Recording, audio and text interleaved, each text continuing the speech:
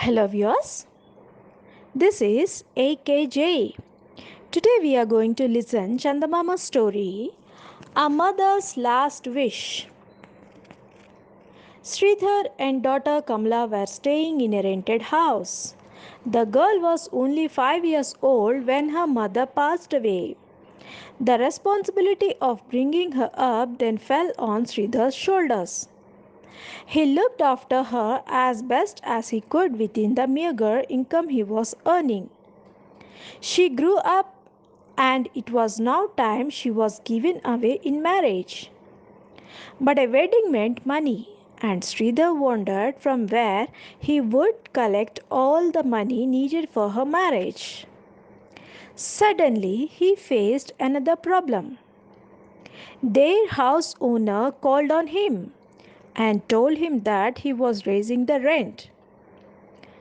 Sridhar, you have been paying me only 100 rupees for a long time. That's too little for this house. So, I want you to pay me 200 rupees from now on. I shall come back in the evening for the advance rent. If you don't want to pay me that much, you may leave this place. Otherwise, I will throw out all your things. That's unfair, sir, pleaded Sridhar. You can't raise the rent to double of what I'm paying now. Where else shall I go? I'm a poor man. I don't want to hear all such excuses and explanations, said the landlord. If you are willing to pay what I have asked for, you may continue to stay here.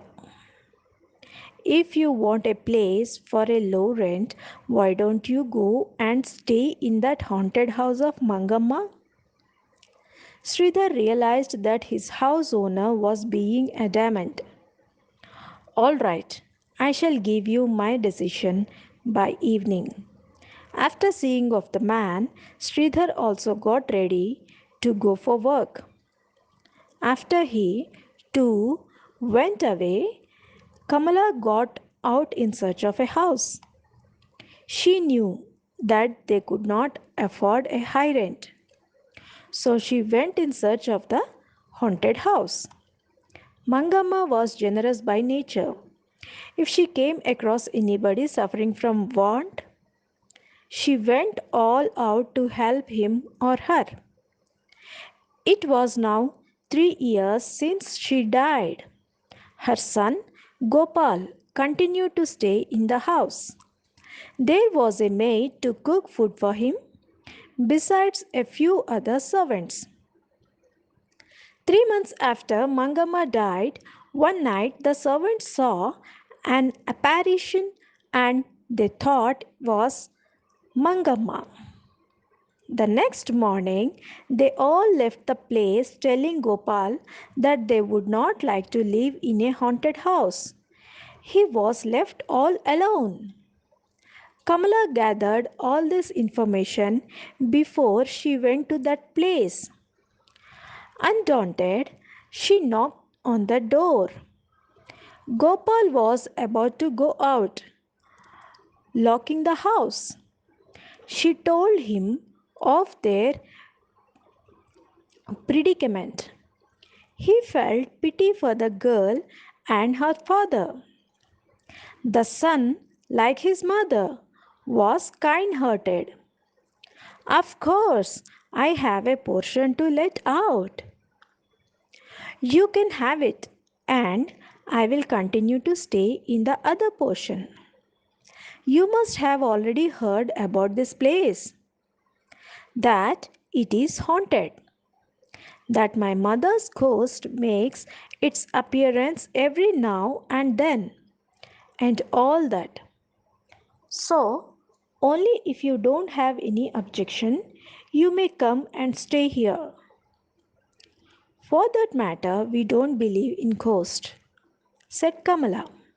We only don't want living beings to bother us. Gopal smiled. He handed the key to her and went away. Kamala took a good look at the portion they would be occupying. She removed all cobwebs, swept the floor, and mopped it clean. She then engaged a vehicle, went home, packed up their belongings, and carted them to the new house. She then went back and waited for her father. When he came, she led to him to Mangamma's house. He was cross with her. You should have told me before you shifted to this place, he said angrily. Where shall we go from here? It's not that easy to get a good place. Kamala calmly told him, Father, don't you remember what the landlord said this morning? He raised the rent to double. If we didn't pay him the advance by evening, he even threatened to throw our things out. It would have been a shame for us and for nobody else.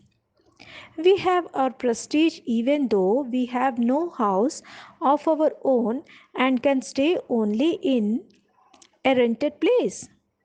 Who's better, such a landlord or a ghost? Sridhar now calmed down. What you say is correct, Kamla. He confessed. You have done the right thing. I am unable to earn more and to afford a higher rent. However, I shall search for a better place. Till then, we shall stay here. Soon afterwards, Kamala went into the kitchen to prepare food for herself and her father. Suddenly, she heard a voice, but could not locate from where it was coming. It was a woman's voice. I can't remain silent any longer, the voice said. Kamala started at one corner where she had placed a wooden seat for her father to sit down. She saw a faint figure of a woman sitting there. She surmised it must be the ghost of Mangamma. She was not afraid. She smiled and said, Could I ask you something? When you were alive, you used to help everybody in many ways.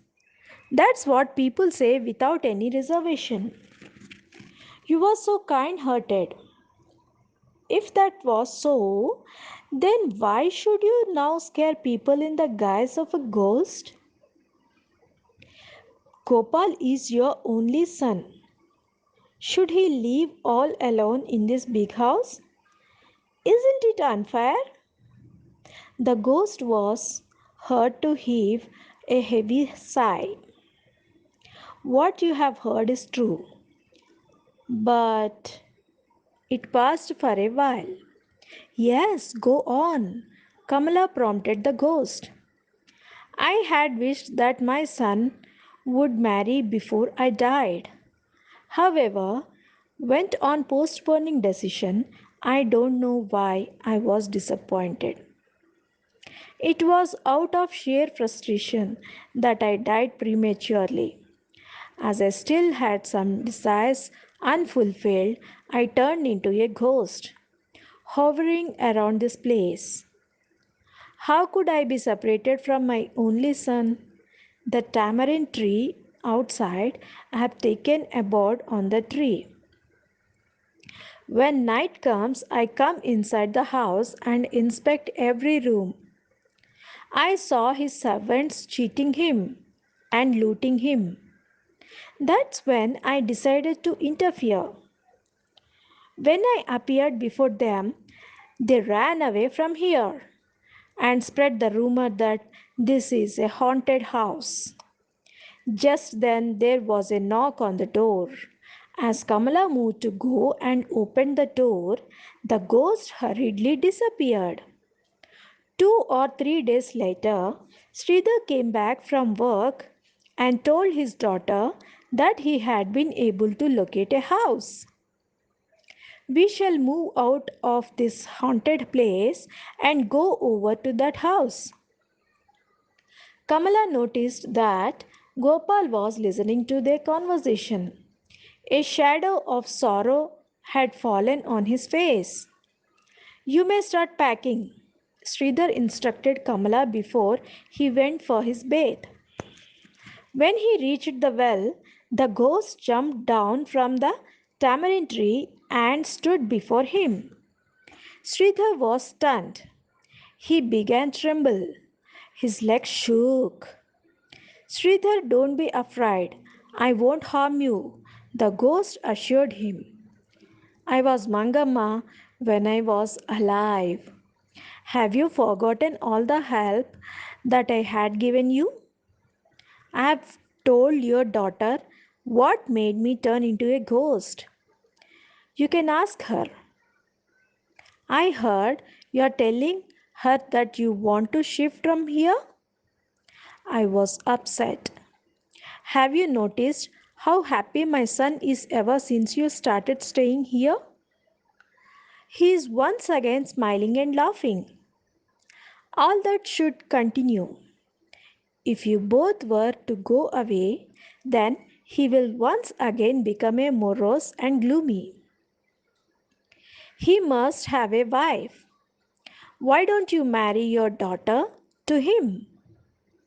This house will then belong to them, and he will look after her well. And once they get married, I shall vanish from here. I won't remain a ghost any longer. I shall get my salvation then. Of course, Mangamma, I do remember all the help you had extended to me, said Sridhar. I am grateful to you for all that. I cannot reject your wish. Let it be so. Ah, how happy I am, cried the ghost in ecstasy. I am quite satisfied. It then disappeared. Sridhar soon finished his bath and sought out Gopal, who was still sitting gloomily in one corner of the house. Gopal, you seem to be upset over the prospect of our shifting from here. Have you any objection if my daughter were to remain in this house forever? I propose to give her in marriage to you, and later go on a pilgrimage to Kasi, Rameshwaram, and other holy places. Let your wish be fulfilled, sir, said Gopal. Standing up from his seat, it was my desire, too, that your daughter became my wife. He continued after a pause, but why should you leave this place? After our marriage, there are plenty of rooms here and you can remain with us forever, giving us company and your guidance and advice. You should not leave us alone. Thus, a mother's last wish was fulfilled. Soon, the marriage of Kamala and Gopal took place in a grand manner.